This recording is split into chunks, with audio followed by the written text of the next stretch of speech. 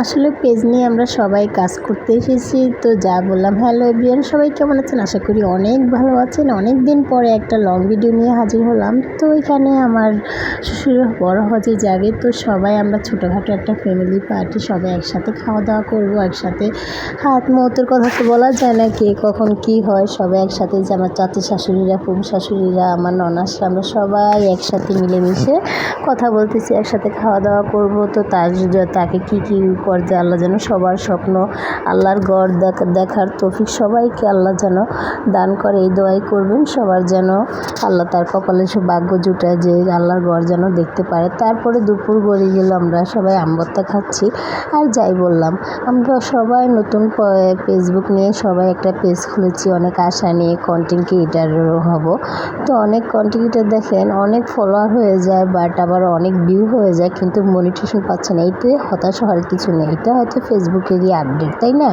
আর অনেকে আপনি ভিডিও করছেন, আপনি হয়তো পিঠা বানাচ্ছেন বা রান্না বানাচ্ছেন বা একটা বিষয় নিয়ে কথা বলতেছেন, বা শ্বশুর শাশুড়ি হোক, যে হোক, পরিবেশে হোক, প্রতিবেশী হোক, যে কোনো একটা বিষয় নিয়ে কথা বলছেন।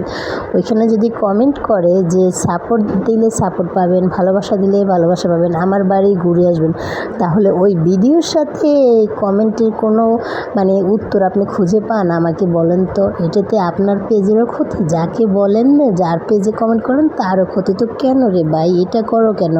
একটা সুন্দর একটা গঠনমূলক কমেন্ট করো যে হ্যাঁ, রান্নাটা সুস্বাদু, কালারটা সুন্দর হয়েছে আপু, আপনার কথাগুলো ঠিক আছে, একটা যুক্তিপূর্ণ কমেন্ট, তাই না? এগুলো পড়লে এখন নতুন আপডেট ফেসবুকের, এসব কমেন্ট করলে আপনার পেজেরই ক্ষতি হবে বেশি, বরং আপনি তো নিজের পেজের ক্ষতি নিজেই করছেন। তো এটা করা যাবে না। তো সবাই ভালো মতো কাজ করেন। নতুন কিছু পেতে হলে অনেক ধৈর্য ধরে কাজ করতে হয়, সফলতা এমনি এমনি আসে না, কয় না ধৈর্যের ফল অনেক মিষ্টি, তারপরে সবুরে মেয়া ফলে। তাই ধৈর্য ধরতে থাকুন, কাজ করতে থাকুন, একদিন সফল হবেন। হ্যাঁ, আর কোনো যারা বাজে কন্টেন্ট তৈরি করে তাদেরকে কখনোই সাপোর্ট করব না। যারা বাজে কন্টেন্ট, উচ্ছৃঙ্খল কন্টেন্ট তৈরি করে সমাজের ক্ষতি বা আজকাল কিশোরীদের ক্ষতি, ওইসব কন্টেন্ট থেকে দূরে থাকবেন, ওগুলো কখনোই সাপোর্ট করবেন না আমার মতে। যারা ভালো কন্টেন্ট তৈরি করে, ফেসবুক মানে ভালো খারাপ মিলে। তো আপনার চোখ আছে, হাত আছে, পা আছে, আপনি ভালো খারাপ নিজে দেখতে পারতেছেন না, কোনটা ভালো কোনটা কে খারাপ করছে।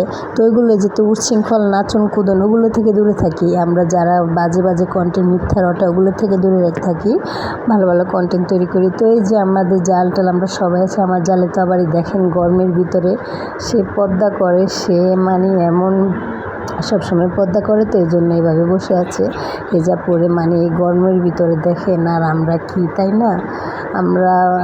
আমরা যারা পর্দা করে তারা আসলে বোঝা যায় যে গরমটা কি। যেখানে আমাদের মামুনি, আমার ছোট নাসের মেয়ে, খুব মিশুক, খুব একেবারে, ও যে একজন কুটিপুতির মেয়ে, ওর ভিতরে কোনো অহংকার নাই, কোনো নেই, সবসময়। আর বাইরে গেলে ওয়েস্ট ইন্ডিজ পরে বাংলাদেশি থ্রি-পিস, এত ভালো, এত মন মানসিকতা ভালো, আমাদেরকে মামিদেরকে এত আদর সম্মান, এত ভালোবাসে, দেখলে বড় করে একটা ডাক। তো ওর জন্য সবাই দোয়া করবেন। আল্লাহ 1 বছর পর বাইরে চলে যাবে, আমাদের অনেক মিলমিশে, অনেক মহব্বত।